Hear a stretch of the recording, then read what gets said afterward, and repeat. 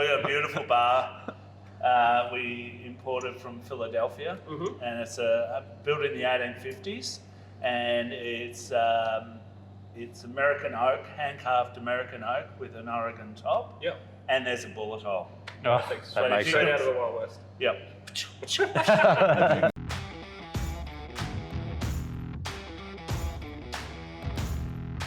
Hi guys, and welcome to another episode of A Beer with the Brewer, or maybe a couple of brewers today, and Pat. So, to know you, Pat, Willie the Boatman, Joel, Willie the Boatman, and the all infamous Matthew Cuthbert. Good to be here. Thanks, Flex.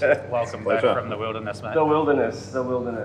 So today we have got together a little collaboration with these fine gentlemen, and it's, what do we call it? Willie and the Revellers. Willie and the Revellers. Willie and the Revellers, nice little hazy IPA based upon a rendition that we did probably back in the early last year before chaos reigned on the world. Yep. So the boys have come up and we're going to be launching it this week and also next week in Sydney at Willie's. So if you are in and around, definitely get on down to each venue and have a sip of this beer because it is absolutely cracking. Absolutely cracking. So it's turned out above expectations. But that's always what you strive for, isn't it, Cuthbert? That is right. Yeah? Overachiever in all aspects. All right, Matty, did you want to take us through the beer and how about you just have a bit of a discussion? Well, it'd be rude of us all sitting here and not actually. Exactly. Where the friendship started. I know there's a bit of history with you gentlemen. Pats. Actually, you can probably have this. So, Thank you, champion. So it's fresh out of the bright, still getting packaged. So, some of the freshest you'll actually get. Nice bit of glass. Yeah. Roulette. Beautiful. Looking and smelling great. Oh yeah, that is absolutely delightful. Got some nice haze there. Yes, so I guess the tale of Willie and the Revellers dates back quite a number of years. Pat and I caught up last night for a bit of a warm-up beer, and recounted a few tales from back in the day. I met Pat. We worked there, it was nearly 8 years ago. Yeah. I was working down at Sydney at Rock's Brewery. Yeah. And Scotty, who I was working with at Rocks, said, "Oh, there's a new brewery opening up in Tempe. Do you want to come and have a look?" I think after we'd been for some lunchtime pho, of course. So Delicious. pretty standard. And we popped in and went, "Wow, this is pretty cool." In a rustic kind of way. Very rustic. Met Pat and at the time his partner Nick. Yeah. And I think when I first met them, they reminded me a bit of the guys off Mythbusters. Right. They were there with all this equipment, particularly Nick. He's sort of the mad scientist trying to piece it all together. So Pat can probably elaborate on the brewery setup a little bit more than me, but it was basically a lot of sort of old dairy equipment and what sort of looked like pre-World War II brewing equipment. No bullet holes. I think Joel's probably done a fair few brews on it. They called it the Frankenstein Brewery. Yeah. So that was the original setup, and it was in a tiny sort of, what is that space? I don't know what it was. It's the old Taubman's paint factory. Yeah. But then it got kind of strated and cut up, and so it was a big building where we're in, but it just kind of got cut up into little bits and bobs. Yep. Yeah, quite little room, and then to get in there, it had this sort of loading area that was a level down, and then this sort of boom lift, was it? Yeah, crane. The crane.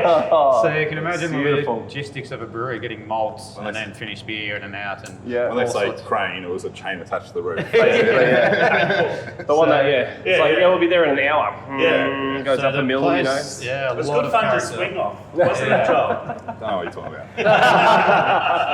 But from a practical sense, I guess challenging as a brewery. Well, it was a 1,200 litre homebrew kit. Yeah. There was one button, and it was water on, water off. Perfect. Everything else was manual. Yeah, very manual. So I think it came out of Tuberak originally, didn't it? The pub down there in Victoria. That's right.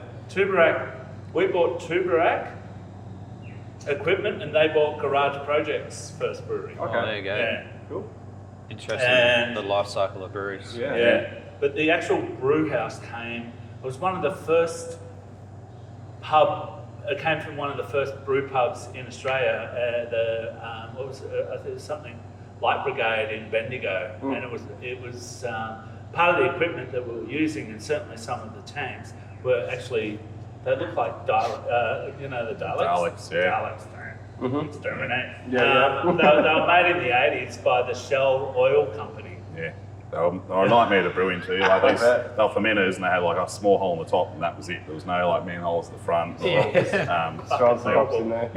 A pallet at a time. You got to always start somewhere. It's It's funny how a lot of the dairy equipment gets used in the first processes of brewing as well. very similar to our mate Smokey up at Crumman. Very, They very. still run an old dairy-based brewery. Definitely, just got a new mash tun. Yeah, he's got some new equipment. Yeah. So Smokey, if you watch this, shout out to you, mate. These boys started very similar circumstances. Yeah. So I think we learned a lot from that as well. Like, part of brewing is, problem solving, and there was a lot of problem solving to do on that kit. But, I think it made us all better brewers for it, and like it worked out. I think we're still releasing great beer out of that brewery.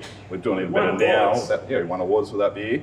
But we have to problem solve a lot of the time, and it just teaches you, when you run into those sorts of issues, you can't always blame it on your equipment. Sometimes you have to work out how to make that equipment work for you, and still be able to punch out some good beer from that equipment. So we did our best. Luckily, we've moved on from that now. We've got some great equipment where we're doing even better beer. Yep. We don't have to problem solve quite as much. you still do though. It's not really what you want to do I each do day. want to clarify, I'm just the yapper. Don't give out all your secrets. You can say whatever you want. Joel figured it out himself, right? Yeah, eventually. I nearly burnt the brewery down the first week, but that's another story. Whoops. There we go. So I guess dating back all those years ago when we first met Pat and Nick, we quickly sort of built up a friendship. Rocks was, 5 minutes away. Yeah, that's and right. very conveniently, Willie the Boatman was on my way home from Rocks, so I've heard a few of these stories. often would have a beer on a Friday afternoon after knocking off, and then pop into Willie's for a quick one before they closed. Yeah. So that was always good fun. It was great fun. And we were talking last night, often on a Friday afternoon, I'd get a message from Paddy, be like, Paddy, what are you up to? You want to come pour some beers? So I'd be like, yep, no worries. So rock in at whatever time it opened, 5 or so, and then we'd be there pouring a few pots to the patrons. Nice. But fast forward a few years, and now you guys are in a new space, much bigger space, in the same complex, Same complex. but a much bigger and I guess more, better setup for a brewery. Oh, well, In terms of space it's a and- flat floor, so you can drive a forklift. Yeah, into definitely. it. So that's a benefit. It's much bigger, and we've got a brand new brew house, purpose built, and really the front bar is awesome. But when we're talking back of house, refer to Joel, please. It's great. It's going from that space, it was such a huge change of pace, like going from that brewery, like I said, we'll learn a lot brewing that brewery, but coming to a place where you're not having to problem solve as much, and everything's sort of a bit more in front of you. You can just concentrate on what you should be concentrating on, which is brewing good beer, coming up with great recipes, and all your processes and all your quality control and things like that. So we've got a bit more room to move now. Much more fermenters, as well as the new brew house. As well as being able to get a canning line in on a regular basis, which we couldn't do at the old place. I think that really changed your whole business model, was being able to get the canning in on a regular basis and be able to punch out big volume in cans. They probably got us through what was a pretty tough year for everyone last year. Yeah, Being able to punch out all those cans while we couldn't sell kegs, or we didn't have the tasting room pumping out beers all weekend and things like that. So it's been great to have that. I think that space probably what saved us to be able to do that sort of volume of the cans last year. Yeah. Fantastic. It was, I mean, going back to the start of last year, I hadn't visited too many breweries down in Sydney, but Matty took us down there, and we organised the first kind of collaboration. That's right. That we did with you down there, and seeing that space was absolutely fantastic. It's a beautiful little space, and especially that little complex area has got a lot of different industries in that area as well, which I think just adds to the appeal of something like that. It's very similar to kind of maybe what we're doing here in relation to It's a smaller scale of what you're doing here, but it's got exactly the same feel. Yeah. Like old heritage building, Yeah. beautiful red bricks. Yep. Yep.